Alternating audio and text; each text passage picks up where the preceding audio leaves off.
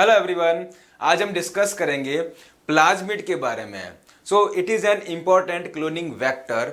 देखिए आपके सामने प्लाज्मिड का इमेज है और ये एक महत्वपूर्ण क्लोनिंग वेक्टर है। देखिए क्या होता है क्लोनिंग वेक्टर। पहली बात है वेक्टर क्या होता है, सबसे पहले समझते हैं वेक्टर क्या होता है। देखिए वेक्टर जो है एक वाहक होता है। जैसे आप अपने स्कूल से घर जाते हैं और आपने अगर स्कूल बस को यूज किया है तो वो आपका वाहक हो गया है, वो आपका वेक्टर हो गया है जो आपको यहां से वहां लेके जा रहा है। तो यहां पर एक क्लोनिंग वेक्टर के फॉर्म में हम प्लाज्मिड को यूज करते हैं, ठीक है ना। तो लिखिए इसमें सबसे पहला point, it is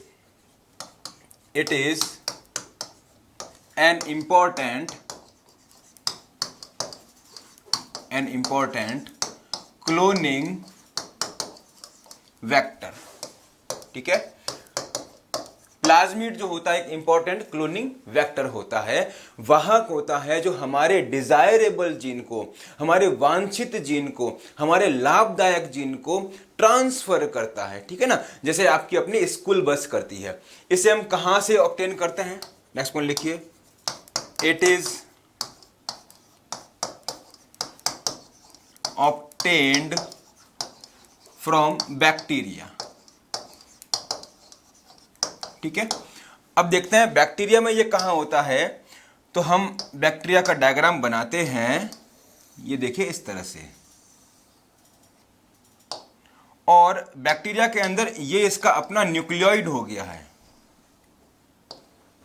this is the nucleoid जो इसका मेन जेनेटिक मटेरियल होता है, और इसके अंदर राउंड शेप में बने हुए दीज आर द प्लाज्मिड्स। ठीक है, ये डायग्राम किसका है, ये डायग्राम है बैक्टीरिया का। ये है बैक्टीरिया और ये है इसका nucleoid. This is the nucleoid. ठीक है, और ये हो गए हैं प्लाज्मिड्स। तो इस तरह से प्लाज्मिड्स जो हैं ये बैक्टीरिया से हमें ऑब्टेन होते हैं, और ये आपके सामने देखिए सर्कुलर है। ठीक है ना, तो आगे लिखते हैं हम नेक्स्ट पॉइंट कि अब प्लाज्मिड जो है कैसे होते हैं, इनकी डिस्कवरी किसने की है। तो देखिए इसकी डिस्कवरी जो है, लिखिए इसमें, it was discovered by William hedge and Joshua लैडरबर्ग।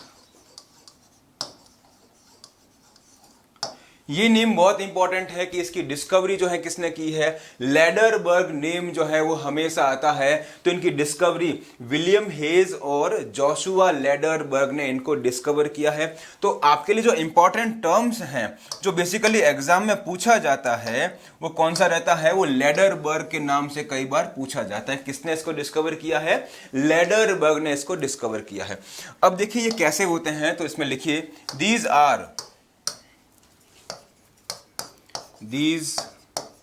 are small circular double stranded DNA extra chromosomal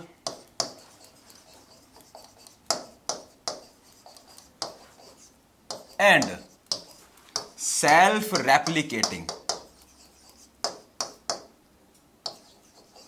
self-replicating units। ठीक है, एक बार सारे वर्ड को दोबारा देखिए। स्मॉल छोटे होते हैं, ठीक है ना। सर्क्यूलर, तो देखो आपके सामने डायग्राम बना हुआ है, ये कैसे होते हैं, राउंड शेप में होते हैं, सर्कुलर होते हैं। डबल स्ट्रैंडेड डीएनए, यहां पर जो है ये भी डीएनए से बने होते हैं और डबल स्ट्रैंडेड होते हैं। अब देखिए एक्स्ट्रा क्रोमोसोमल, देखिए यहां पर डीएनए की मेन यूनिट्स प्रेजेंट है, that is called as nucleoid. तो डीएनए के ऐसे एक्स्ट्रा यूनिट्स, मेन डीएनए तो है न्यूक्लियोइड, बट उसके अलावा डीएनए की एक्स्ट्रा यूनिट्स जो होती है उनको हम प्लाज्मिड कहते हैं, ठीक है ना। तो देखिए आप जिस पेन से लिख रहे हैं वो आपका मेन पेन हो गया, और वो पेन जो आपका भी यूज में नहीं आ रहा है तो उसको आप एक्स्ट्रा पेन बोलेंगे ना। तो कहने की बात है कि डीएनए की ऐसी एक्स्ट्रा यूनिट्स जो न्यूक्लियोइड के अलावा यहां पर प्रेजेंट है उसको हम क्या बोलते हैं, एक्स्ट्रा क्रोमोसोमल बोलते हैं।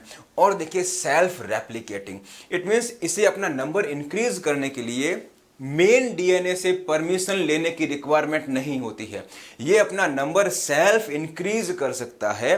तो ये सेल्फ रेप्लिकेटिंग यूनिट्स होती हैं। तो ये यहां से जो है क्वेश्चंस बहुत अच्छा पूछा जाता है, आपसे पूछ सकते हैं कि define plasmid. Alright, next point लिखिए, these are easy to manipulate। देखिए इनको यूज करने का मेन रीजन ये भी है कि इसमें हम जैसा चाहें चेंज कर सकते हैं, एज पर रिक्वायरमेंट। हमारा जो भी डिजायरेबल जीन है उसको हम यहां से इंसर्ट कर सकते हैं, उसका नंबर इंक्रीज करवा सकते हैं। इसलिए इसको यूज करना मतलब ये सबसे ज्यादा यूज होने वाला वेक्टर होता है, ठीक है ना। अब इसमें और क्या होता है प्लाज्मिड के अंदर, they contain antibiotic resistance genes, ठीक है। इनके अंदर एंटीबायोटिक रेजिस्टेंस जीन्स होती है जो इन्हें एंटीबायोटिक ड्रग से एक तरह का प्रोटेक्शन देती है। इट मींस अगर हम इस तरह की ड्रग का इन पर यूज करते हैं तो इन पर इनका कोई इफेक्ट नहीं होगा अगर उन बैक्टीरिया के अंदर प्लाज्मिड है तो, ठीक है ना। नेक्स्ट पॉइंट लिखिए, इनका अपना कॉपी नंबर जो होता है, देखिए कॉपी नंबर जो होता है, कॉपी नंबर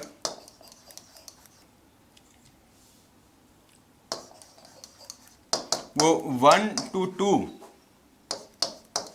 पर सेल टू मैनी।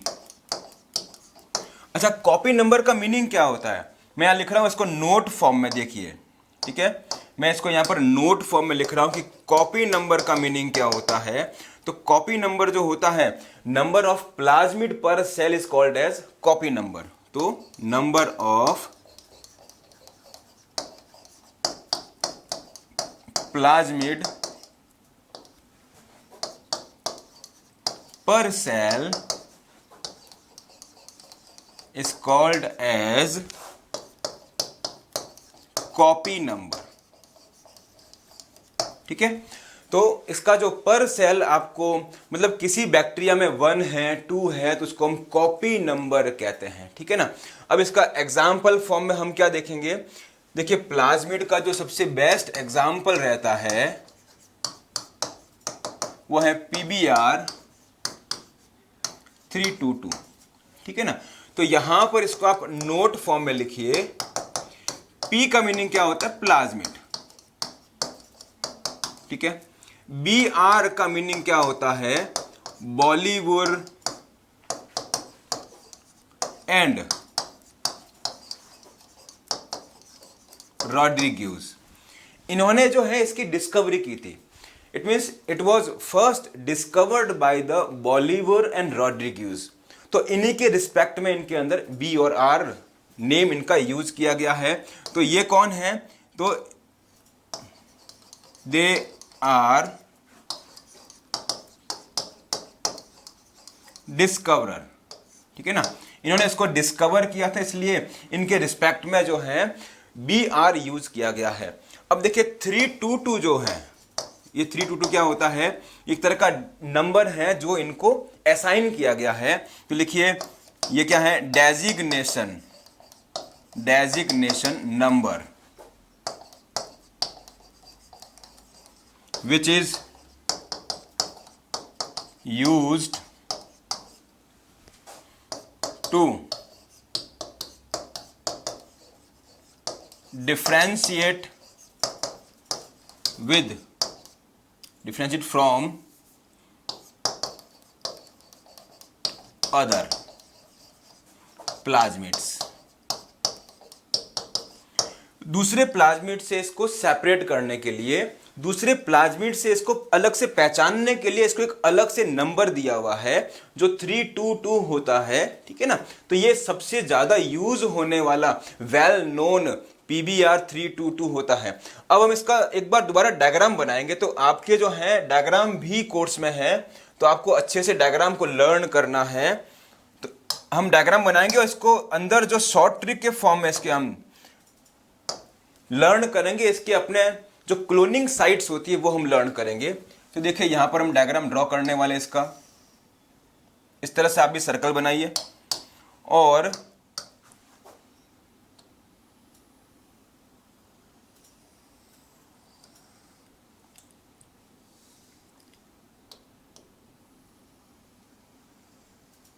ऐसे। अब देखिए इसमें आप अलग अलग इसको आप लेबलिंग करेंगे।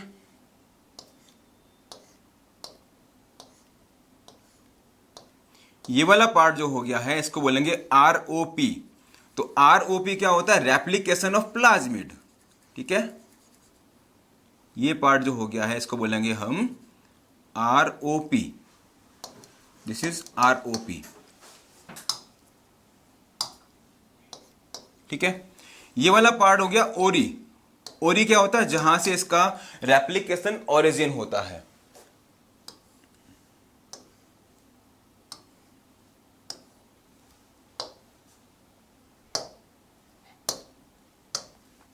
इनको हम अलग से देखो लेबलिंग करते हैं। ये वाले पार्ट बहुत इंपॉर्टेंट है और इसके रिगार्डिंग जो क्लोनिंग साइट्स हैं वो भी आपको लर्न करने, बिकॉज इस पे डेफिनेटली क्वेश्चंस आते हैं।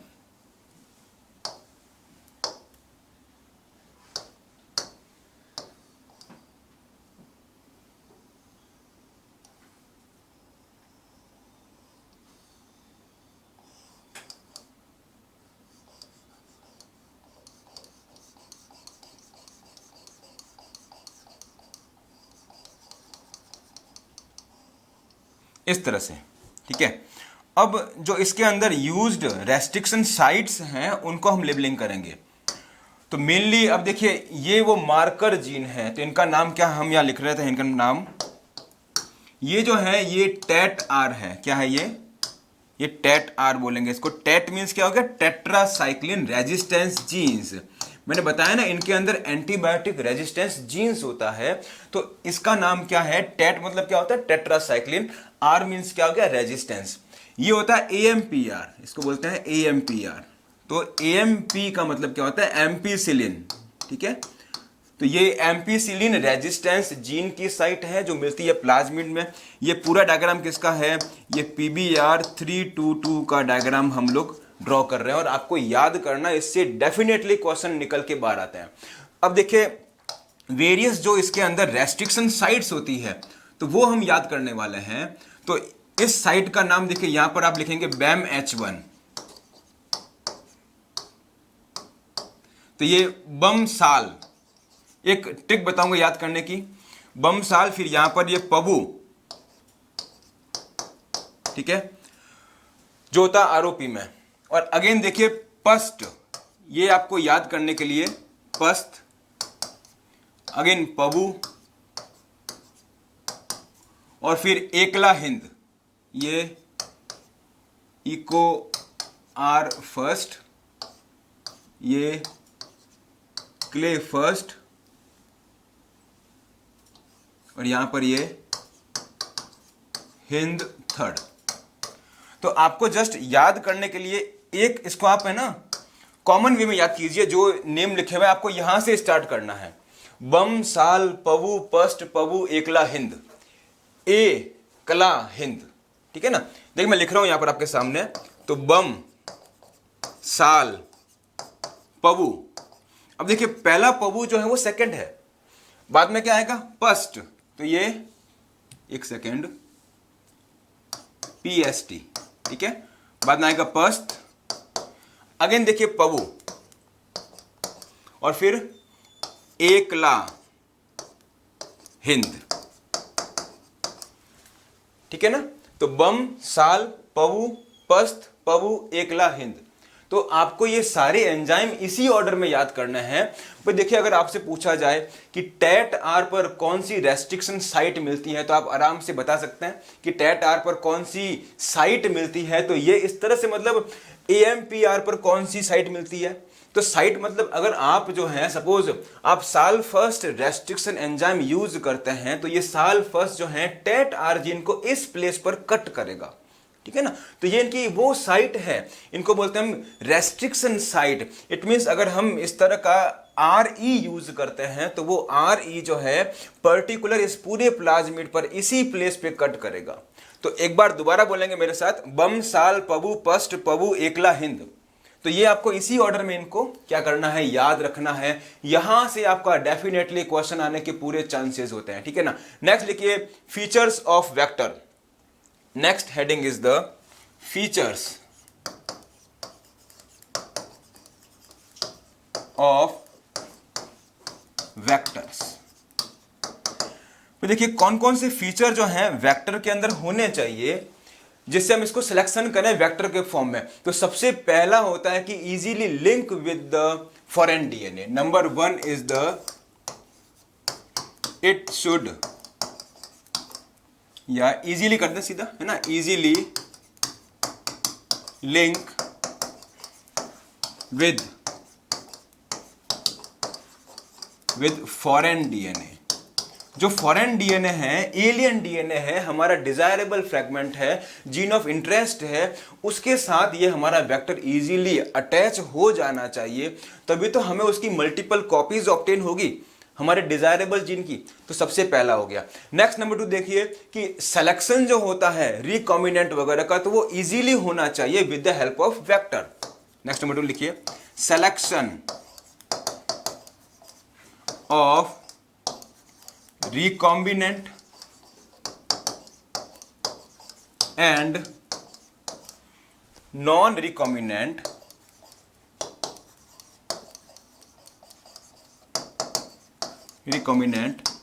should be easy। हमें जो है इजीली ये मालूम पड़ जाना चाहिए कि वेक्टर के अंदर हमारा बेनिफिशियल जीन ट्रांसफर हुआ है या नहीं हुआ है ना। अगर सपोज ट्रांसफर हो गया है तो वो ट्रांसफॉर्मेंट हो जाएगा, ट्रांसफर नहीं हुआ है उसको हम नॉन ट्रांसफॉर्मेंट बोलेंगे। तो इस तरह से जो है हमारा अगर डिजायरेबल जीन इजीली नहीं पहुंचा है तो हमें मालूम तो पड़ना चाहिए ना। तो ये हमें वेक्टर की हेल्प से जल्दी से मालूम पड़ जाना चाहिए, ठीक है ना। अब हम पढ़ेंगे कि ऐसे फीचर जो होते हैं कौन से क्लोनिंग वेक्टर में रिक्वायर्ड होने चाहिए। लेकिन नेक्स्ट पॉइंट, फीचर्स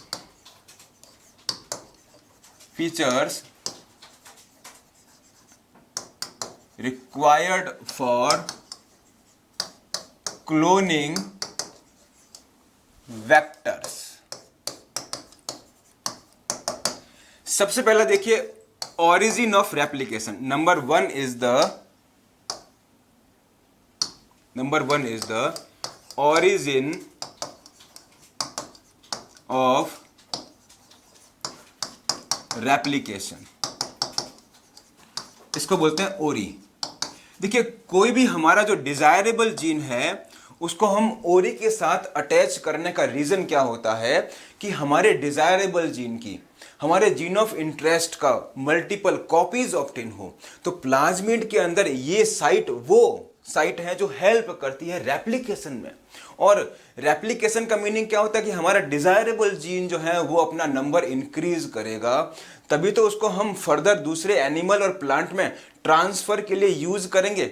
आ रही बात समझ में। तो इस तरह से किसी भी प्लाज्मिड के अंदर ओरी साइट होना बहुत ही एसेंशियल होता है, ठीक है ना। नंबर 2 लिखिए सिलेक्टेबल मार्कर।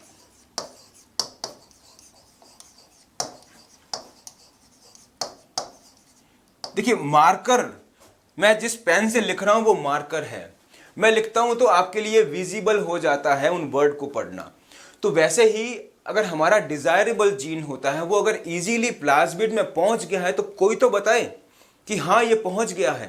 तो मार्कर जो होता है इस तरह के ट्रांसफॉर्मेंट को हमें ये बताते हैं कि हमारा वो जीन ऑफ इंटरेस्ट जो है वो इजीली प्लाज्मिड के अंदर पहुंच गया है। तो ये टेट आर और AMPR इनको हम as a selectable marker use करते हैं। नंबर 3 लिखिए क्लोनिंग साइट्स। अब देखिए हर एक प्लाज्मिड के अंदर जो हमने पढ़ा था बमसाल, पबूपस्त, ये सब क्लोनिंग साइट्स हैं। जितनी क्लोनिंग साइट्स ज़्यादा होगी उतने ही हमारे लिए ऑप्शंस होंगे वेरियस टाइप्स के डीएनए को प्लाज्मिड में अटैच करने के लिए। तो क्लोनिंग साइट जो होती है वो डिजायरेबल जीन को प्लाज्मिड में अटैच करने में हेल्प करती है। आ रही बात समझ में? नेक्स्ट रहेगा vector for cloning in plant and animal. Number 4 रहेगा vectors for cloning in plants and animals. अब देखिए हम ऐसे वेक्टर यूज करते हैं जो उस डिजायरेबल जीन को प्लांट में और एनिमल में ट्रांसफर कर ले। तो एग्रोबैक्टीरियम ट्यूमीफेसियंस जो होते हैं इनसे हमें टीआई प्लाज्मिड मिलता है, और एनिमल के लिए हम रेट्रोवायरसेज यूज करते हैं। इनको हम डिसआर्म करके यूज करते हैं। डिसआर्म का मतलब होता है कि अगर उनके अंदर कोई ऐसा जीन्स है जो कैंसर कॉज करे या प्लांट और एनिमल के लिए हार्मफुल हो, तो हम उनके उन हार्मफुल जीन को रिमूव कर सकते हैं, रिप्लेस कर सकते हैं, उसको हम नॉर्मल वेक्टर के जैसा ही बना सकते हैं, जिससे इनके ट्रांसफर से किसी भी दूसरे प्लांट एनिमल में इनका कोई भी हार्मफुल इफेक्ट नहीं हो, और इसको हम बोलते हैं डिसआर्म। ऑलराइट, तो आज इतना ही करेंगे। Thank you very much, have a nice day.